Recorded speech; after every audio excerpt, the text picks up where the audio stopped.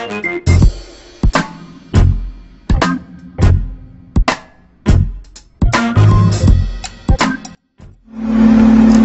dami ng mga issue ng breakup at mga balita na naghihiwalay na ang mga long-time partners ng mga artista, isang revelasyon naman ang ibinigay ni Ronaldo C. Carvalho. Si Ronaldo C. Carvalho ay isa sa mga veteranong writer, director, producer at marami nga rin siyang naisulat ng mga drama at pelikula.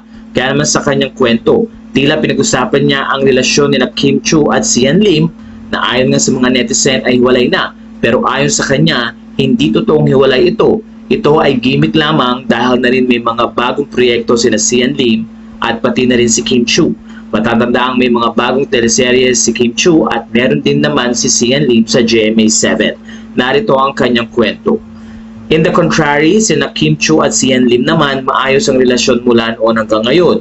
Ngunit pilit nilang sinisira at pinapalabas nilang hiwalay na ang dalawa dahil pinupush na nila ang tambalang Kim at Paolo Avellino na naging matagumpay naman sa unang subok ng tambalan nila sa 14 episodes Linlang series sa Prime Video. Na ngayon nagtitaping na sina Kim at Paolo ng follow-up sa Linlang, ang Pinoy version ng hit Korean series na What's Wrong with Secretary Kim. Walang choice si Kim Chiu kundi sumunod sa utos na sakyan ang team-up nila ni Paolo Avellino at manahimik tungkol sa hiwalayan nila kunwari ni Sian Lim. Maging si Janine Gutierrez na jowa ni Paolo ay hindi nababanggit at pinapatahimik din dahil pare-pareho silang may mga existing contracts na dapat pang i-fulfill sa kumpanya. Nothing new. Ganyan ang show business, lalo na sa kumpanyang bumabagsak na pilit nilang sinasagip.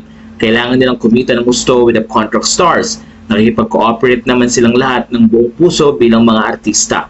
Dahil higit sa kanilang mga buhay pag-ibig, mas mahalaga rin sa kanila ang takbo ng kanilang mga career na ikinabubuhay nila sa totoo lang. Sa puntong ito ay kung totoo nga ang ganitong kalakaran, mukhang dapat mag-isip-isip ang mga fans na tanging trabaho lang ng mga artista ang kanilang ginagawa. Suportahan ito sa kanilang mga trabaho, pero huwag masyadong dibdibin ang mga nangyayari sa kanila dahil may mga personal din itong buhay na kailangan nilang tingnan.